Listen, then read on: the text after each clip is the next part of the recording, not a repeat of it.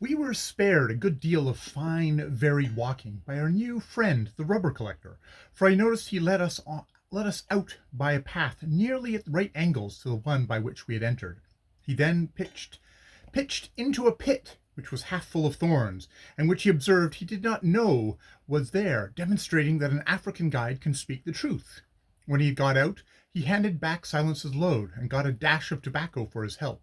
He left us to devote the rest of his evening by his forest fire to unthorning himself, while we proceeded to wade a swift, deepish river that crossed the path he told us led into Agaja, and then went across another bit of forest and downhill again.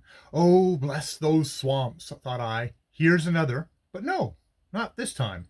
Across the bottom of the steep ravine, from one side to another, lay an enormous tree as a bridge about 15 feet above a river, which rushed beneath it, over a boulder-encumbered bed.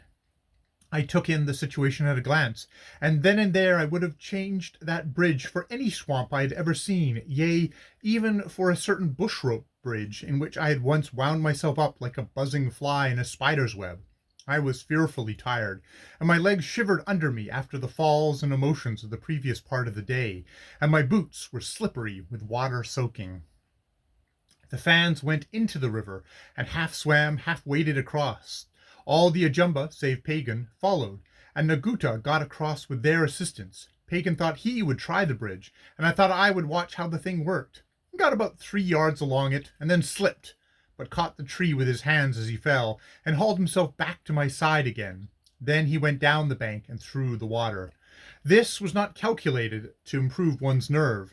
I knew by now I had got to go by the bridge, for I saw I was not strong enough in my tired state to fight the water. If only the wretched thing had had his bark on it, it would have been better.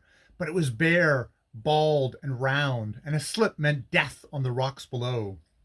I rushed it, and reached the other side safely, whereby poor Pagan got chaffed about his failure by the others, who said they had gone through the water just to wash their feet.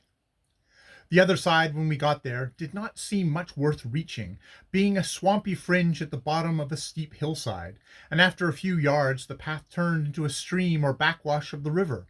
It was hedged with thickly pleached bushes and covered with liquid water on the top of semi-liquid mud.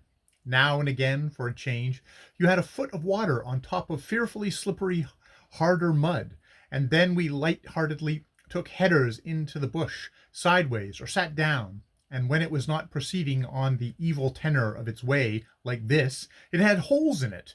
In fact, I fancy the bottom of the holes was the true level, for it came near being as full of holes as a fishing net, and it was very quaint to see the man in front, who had been paddling along knee-depth before, now plopping down with the water round his shoulders, and getting out of these slippery pockets, which were sometimes a tight fit, was difficult.